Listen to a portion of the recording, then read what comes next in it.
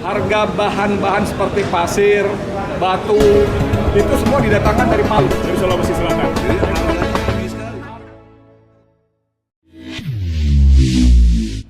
Terima kasih Pak Prof, terima kasih teman-teman semua. Satu lagi aktivis jenderal kita, kasih kesempatan. Singkat jelas. Kapten ya. Kapten kita. Jenderal bintang 5. Bintang 5 cuma Soeharto sama Nia Musdirman. Silakan Kapten Musli. Saya Kapten Musli Ibrahim, mewakili pelaut pelayaran niaga Indonesia. Kalau begini terus Jokowi, maka kita akan mogokkan itu kapal semua.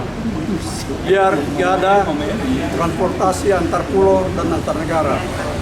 Karena sementara ini kan pelaut-pelaut itu kayaknya dianaktirikan gitu, nggak pernah diangkat. Padahal fungsinya lebih besar.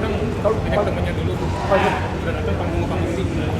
Lanjut ya, lanjut. Oke. Kita selesai dulu. Diwakili dulu coba. Oke, baik. Itu aja sementara. Terima kasih. Assalamualaikum warahmatullahi wabarakatuh. Merdeka.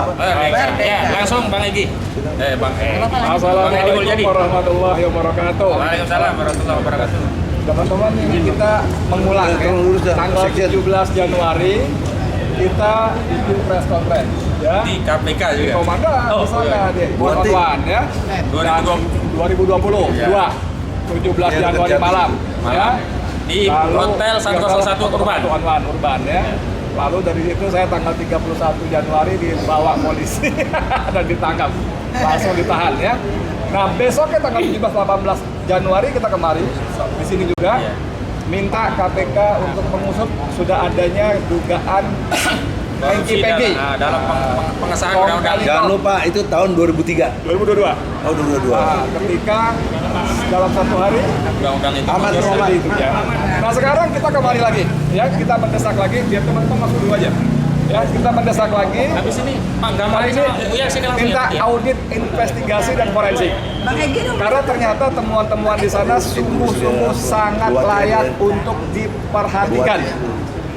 Kemarin saya sempat ngobrol dengan teman yang paham soal bangunan, Bang. Ya, gimana? Jadi seperti temuan BPK di Kurilan pertama 2024 itu banyak kejanggalan. Harga bahan-bahan seperti pasir, batu, itu semua didatangkan dari Palu, dari Sulawesi Selatan. Jadi harganya tinggi sekali. Harganya tinggi dan tidak terkendali. Oke, nanti kan ngobrol lagi sini. Bisa masuk semua. Oke, lanjutin biar ngobrol lagi. Lagi ada urusan para dewa-dewa. juga. Ya. Katanya bisa semua. Sekarang bisa. Ya, jadi harganya sangat tinggi dan tidak terkendali. Dan di sini ada peluang untuk kong kali kong lagi. Jadi disebutkan misalnya untuk satu unit apartemen, kalau di Jakarta cukup 60 juta untuk ukuran yang sedang biasa, satu unit ya biayanya. Nah, di IKN itu bisa sampai 100 juta, 120 juta. Jadi harganya luar biasa. Nah, di sini perlu diteliti. Kemudian anggaran yang sudah masuk ke dalam KPK, dalam IKN itu juga patut diteliti juga alokasi anggarannya dari mana. Karena kalau seperti yang direncanakan 466 triliun, kan ternyata APBN cuma 20%. Dan itu sekarang pun nggak jelas berapa banyak masuk ke sana. Dan apakah betul-betul untuk pengalokasiannya kepada IKN? Atau jangan-jangan itu dari pos-pos lain yang dipindahkan. Nah, pindah-pindahkan pos ini dalam anggaran APBN tidak boleh. Karena dalam anggaran APBN itu ditentukan dengan undang-undang. Jadi setiap perubahan penggeseran alokasi anggaran itu harus disertai dengan perubahan undang-undang, artinya harus melibatkan DPR lagi. Nah, ini makanya teman-teman di bawah pimpinan Prof. Egy Sujana, ada tadi Ahmad Kosidudin, kawan-kawan, saya kira mulai menyuarakan kembali, Bang ya. Ini proyek ugal-ugalan. Bahkan tadi disebut juga tadi bahwa Prabowo Subianto, presiden terpilih, itu sudah bicara di mana namanya, di Qatar, bahwa IKN itu tidak mendesak, akan dibiayai untuk 25 sampai 30 tahun. Karena perlu dana sampai 30 miliar, kalau langsung di depan jebret beberapa tahun pasti nggak mampu. Tapi Prabowo bilang kepada wartawan kalau 25 sampai 30 tahun maka satu tahun cukup $1 miliar, itu bisa. Kira-kira 16-17 triliun rupiah ya. Dan ini betul-betul penyimpangannya luar biasa. Kemudian kalau IKN itu benar-benar proyek yang kebanggaan Joko Widodo, kenapa Joko Widodo setelah pensiun tidak ke IKN? Ya kan? Dia justru nyari tempat, milih tempat sendiri kata orang Setnek. Beritanya ada, gampang dilihat. Dia milih di Colomadu, Karanganyar, dekat-dekat Solo. Lahannya 12.000 meter persegi. Per meter kata Bupati Karanganyar 15 juta rupiah. Saya udah hitung, jadi harga tanahnya sendiri 180 miliar. Harga tanahnya saja.